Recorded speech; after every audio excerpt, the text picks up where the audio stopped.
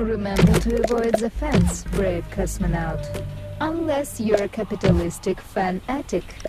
You get it? The fanatic. Sometimes something can be a clear labour of love, but still very much a labour.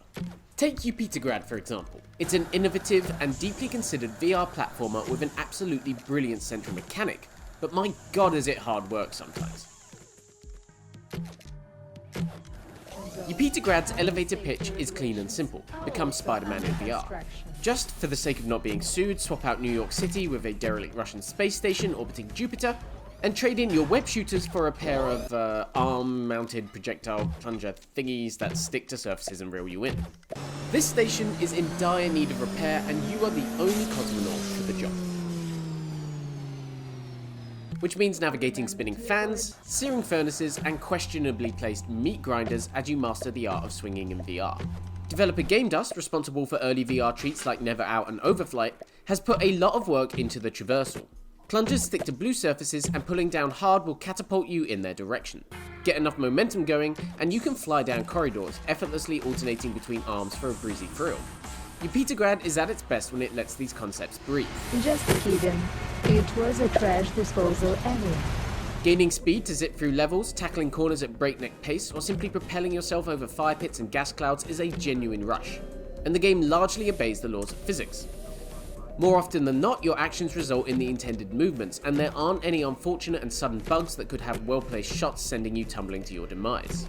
It also helps that it looks great with cold, brutalist architecture contrasted by a vibrant cel-shaded art style. But you can't sustain a 2-ish hour campaign on empty corridors alone, and Yupitergrad knows this well. Each area you'll traverse is filled with unique obstacles, be it moving platforms that taxi you across gaps, or even underwater assault courses navigated with compressed air to move you. Maintaining momentum whilst providing an agile challenge is something the game can struggle with. Some of its levels are a real joy to tackle, like keeping up your pace as you scan the ceiling for grapple points on opening and closing doors. But for all its refinement, Yupitergrad's stringy movement can often be unwieldy, as, trying to zip through a series of corridors with 2 plungers tied to bits of string would be. But there's a thin margin for error that doesn't forgive as much as it should. Trying to squeeze in between small gaps before you're crushed by rolling spikes, or picking the right time to launch yourself past spinning fans is a finicky business that will have you replaying levels over and over. Even trying to edge closer to a challenge can result in wobbles that land you back at the most recent checkpoint. Load times are mercifully quick, but I found myself increasingly infuriated with some of the game's more precision-based trials.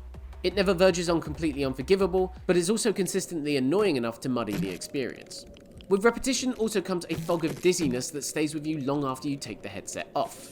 Sitting here after a 30-minute play session, I can still feel the lurch of swinging back and forth as I dangle on a line, and it's not exactly a pleasant sensation. Even if it is remarkable, the game can give it to you at all. Yupitergrad is a game to play in short bursts, a series of sprints rather than something to marathon. That makes that brief running time something of a relief, though there are 20 new time trials added to the release with the Quest version, should you want more. At its heart, Yupitergrad's brand of VR vaulting offers a clean and thrilling sensation, but its obstacle courses can frustrate as much as they do entertain. It's not a game to master so much as it is to survive, as you subject yourself to the mercy of its gauntlet and the finicky arsenal that helps you navigate it. Take it in short strides, keep your patience, and there's fun to be had with Yupitergrad.